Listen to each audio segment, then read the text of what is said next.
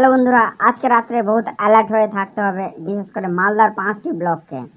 ভূতনি, মানিকচক, কালিয়াচক 1, কালিয়াচক 2, কালিয়াচক 3, যে সমস্ত এলাকা গঙ্গার তীরবর্তী রয়েছে। তারপর পাশের জেলা মুর্শিদাবাদ, এখানকার 6টি ব্লককে থাকতে হবে অ্যালার্ট হয়ে। ফারাক্কা, সুতি 2, রানীনগর 2, শামশেরগঞ্জ, লালাগোলা, জলঙ্গি, এই সমস্ত ব্লক একদম গঙ্গার তীরবর্তী। একটু বিস্তারিত বলা যাক, অ্যাকচুয়ালি হয়েছেটা কি। নেপাল জল ছেড়ে দিয়েছে। নেপাল এমনভাবে জল ছেড়েছে যে ভারতের কোসি নদী, সেই কোসি নদী ওভারফ্লো হচ্ছে। নেপাল থেকে জলটা কোসি নদীতে এসে পড়ছে। এখন সেই কোসি নদী আশপাশের এরিয়া ডুবিয়ে দিয়েছে। এখন সেই কোসি নদীর জলটা এসে পড়ছে গঙ্গা নদীতে আর ফুলাহার নদীতে।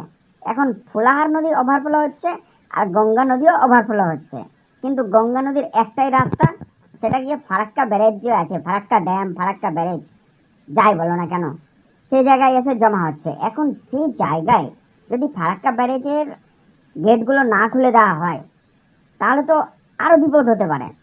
তো ওই জন্য আজকে রাত্রে, আজকে 29 তারিখ আর কালকে 12টার পর 30 তারিখ হয়ে যাবে, এই যে এর মধ্যে একটা হাই অ্যালার্ট জারি করা হয়েছে যে এই মালদার 5টি ব্লক এবং মুর্শিদাবাদের 6টি ব্লক দ্রুত সেফ জায়গায় হয়ে যাবে।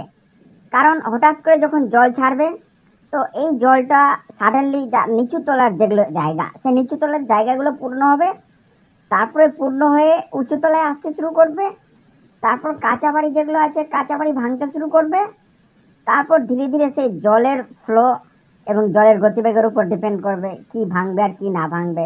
গাছপালা, জমি জমা, ফসল ফাসলি, পশু পাখি, মাছজন, আরও কত কি রয়েছে।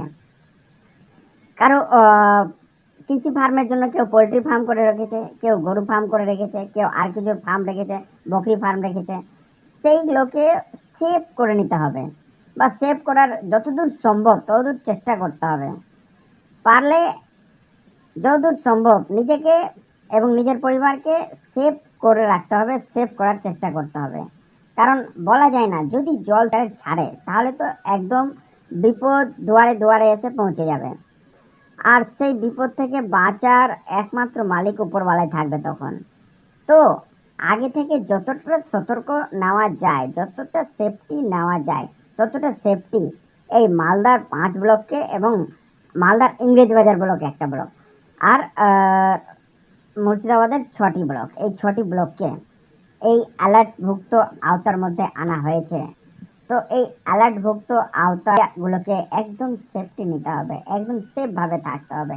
বন্ধুগণ, আবারও বলছি, নিজে তো জেনে গেছেন এই বিষয়টা যে আজকে রাত্রে অ্যালার্ট হতে পারে। আরও রিশতেদার, রিলেশনশিপে যারা আছে তারা, দোস্ত বন্ধু সবাইকে শেয়ার করে জরুর বলে দাও যে এরকম অ্যালার্ট হয়ে থাকবে। অ্যাকচুয়ালি বলা যায় না যে 24 ঘন্টা বা সরকার তো যারা সেই ডিপার্টমেন্টে আছে যে ফারাক্কা ব্যারেজের বাঁধের গেটগুলো খুলবে, তারা তো আর অত বোকা নয়, তারাও বহুত চেষ্টা করবে বাঁচানোর। এবার জলটা 2-4টে গেট খুলে হালকা হালকা করে যদি নদীর ওভারফ্লো কমানো যায়, তাহলে তো তারা নিশ্চিত 2-3 দিনের টাইম নেবে এবং সেই জলটাকে বের করে দিবে এবং মানুষ সেফ পজিশনেই থেকে যাবে। কিন্তু এখন যদি ওভারফ্লো এতটাই হয়ে যায় যে না, 72 ঘন্টা বা 48 ঘন্টা, 56 ঘন্টা, 50 ঘন্টা আটকানো যাচ্ছে না, জলকে ছাড়তেই হবে, তখন তো সে বাধ্য হয়ে একটা জায়গায় পৌঁছে গেটগুলো খুলে দিবে। গেটগুলো খুললে আবার সেই জলটা ঘুরে এসে আবার চারিদিকে বন্যা করে দেবে। তো আবারও বলছি, সতর্ক হয়ে যান, সতর্ক হয়ে অন্যকেও সতর্ক করে রাখুন শেয়ার করে। আর আমি এটাই কামনা করব যে যেন মালিকের উপর থেকে এমন কোনো একটা সহায়তা চলে আসে যে ফারাক্কা ব্যারেজের ড্যামের গেট খোলার কোনো প্রয়োজন হয় না, জলগুলো অপরূপে একটু একটু করে কমে যায়। কারণ লোক এত ভুগতানি ভুগবে, সেই ভুগতানির শেষ থাকবে না।